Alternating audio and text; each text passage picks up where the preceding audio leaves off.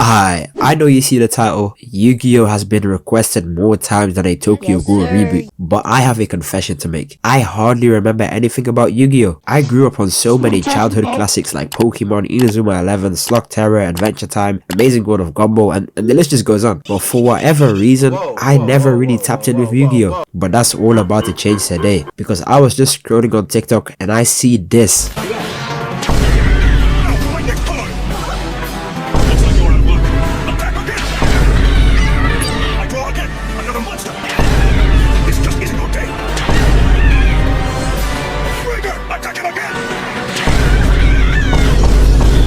This is when I knew this Yu-Gi-Oh show was more than just a card game. These guys are out here summoning mythical creatures and dueling each other in real life. And if you look closer, his life points already hit 0, but this man Yugi is still spamming his summoning jutsus. He basically killed this kid over a card game. This is like me pulling out a gun and airing out the entire convention after I lose a game of Pokemon. I'm a little bit ill today, but that's not gonna stop me. So let's get into the meat and potatoes. The first episode starts off with Yugi teaching his homie Joey how to play Duel Monsters, and the game is pretty simple to understand. Each card has an attack number and a defense number, so whoever takes down the opponent's life points first wins the game. But Yugi is really goated and washes Joey with no problem. This is also where we first find out about the D1 tweaker. More on him later. Fast forward and they pull up to Yugi's grandpa's shop because he has this legendary Charizard type card, but this crash out Kaiba pulls up and it hasn't even been 3 minutes and I can already tell he's on bad timing. What's good, monkeys?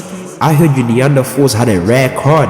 I just came to see what all that buzz was about. Turns out Kaiba is the current #1 ranked Duel Monsters champion and he wants to buy the grandpa's card, but Gramps is not trying to give up the card since it has sentimental value to him. It's ridiculous. These cards are all about power, and one way or another, his Blue Eyes White Dragon card will be mine.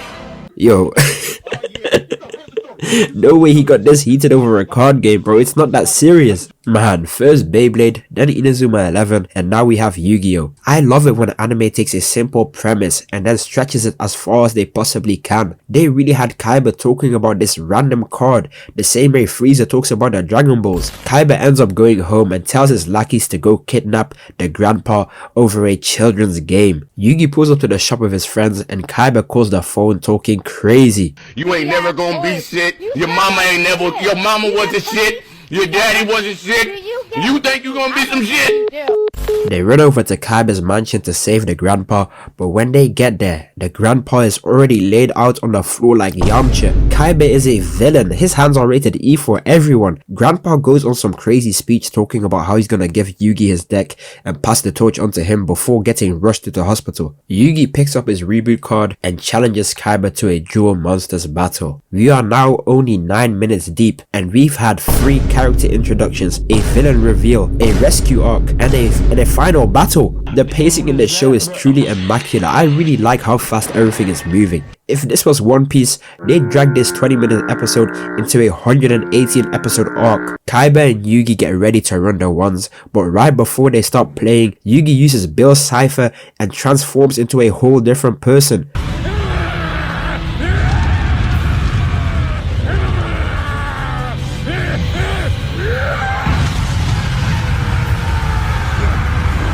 And I don't know what just happened, but I can feel the black Air Force aura radiating from his body. Let's stop the yapping and get to boxing. Kaiba puts his card down and pulls out the Hitatsumi Giant, but instead of it just being a card, he spawns in an actual 16-foot Demigorgon, but Yugi counters and pulls out the Winged Dragon, and now they are basically just having a Pokemon battle because what was supposed to be a special effect is starting to look like serious life-threatening attacks. Yugi hits Kaiba with a Fireball Jutsu for 200 points and starts the match off hot, but Kaiba places the Dark Clown and amps him up with an energy booster. The Dark Clown ends up knocking Yugi's Winged Dragon with a... Wait, hold up.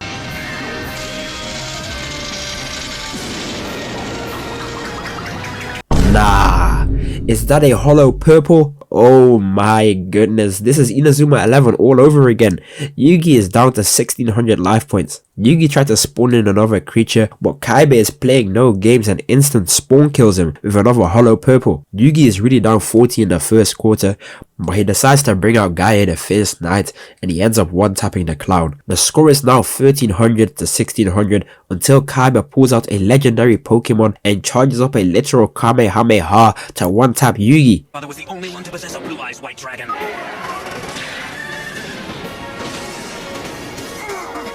And if one of these Shenrons wasn't enough, he pulls out another one. We get a cutscene to Yugi's Gramps being rushed to ER and bro is literally on life support. At first I thought bro was doing too much, but after witnessing these city leveling attacks, I'm surprised Gramps even survived. Yugi hits Kaiba with a 3-turn skip card and out of nowhere he gets some sort of anime astral projection flashback of his grandpa giving him tips. They got him out here like Shikamaru and Asuma. I'm so confused. Is his grandpa dead? Like someone please explain. Kaiba is not done yet though. He's not just gonna let him off easy because he summons a third Mega Evolution Charizard. This man is really spamming his best moves for no reason. After Yugi got his main character flashback power up, he figures out some new technique where he can use 5 cards to create one giant monster, and he creates like this pharaoh like behemoth called Exodus, and he proceeds to one tap all 3 dragons with a move that looks like it could solo the My Hero Academia verse. Look at the way Kaiba is shouting, I know that gotta hurt. Yugi secures the dub,